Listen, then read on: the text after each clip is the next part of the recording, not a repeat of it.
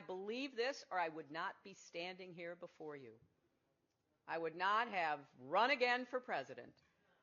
I would not deal with all the incoming brickbats that are hurled my way if I did not in my heart believe with every fiber of my being that together we can build a future where, yes, love trumps hate. Thank you all very much.